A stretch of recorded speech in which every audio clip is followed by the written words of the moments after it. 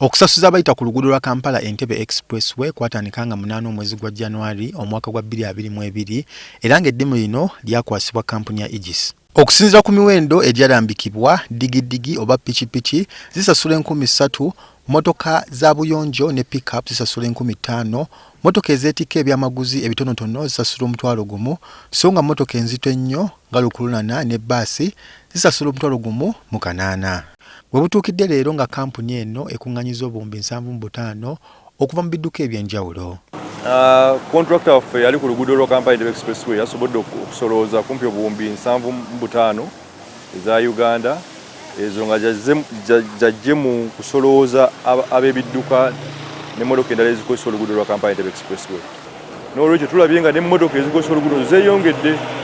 Okusinziira ku mwogezi wa UNRA Alan Sempebwa, ssente ezisoloozebwa zikozesebwa okusasula ebbanja eryewolebwa okukola ku luguudo luno mpozi n'okulukumira ku mutindo.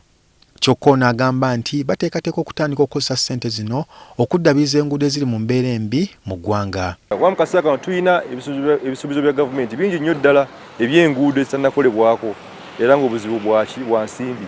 Ate nga naffe twagala kwewola buli kaseera, buli kadde tugende kwewola. Kiyinza otwavuwaza. Kakati nga tufunye ensawo eno ejja ereeta ku nsimbi, tusuubira era ebiragiro bya gavumenti biri nti ensimbi ezo tujja kukwatangako tusobole n'okuzimba enguudo endala. Waliwo n'enteekateeka okwongera ku nguudo nga zino ez'okusasuza abagoba eggwanga lyeyongere okufunamu ssente. Tusuubira okutandika emirimu oba obulyawo omwaka guno ogujja okufuna ne contractor anaakola oluguudo lwa Kampala Jinja Expressway. Emirimu ku luguudo lwa Busega Mpigi Expressway gigenda mu maaso gituuse kumpi ku bitundu 3 ku 10.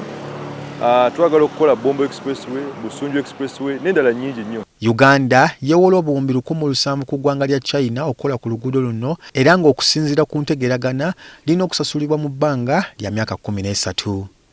Raymond Tamale, NTV ku ssaawa emu.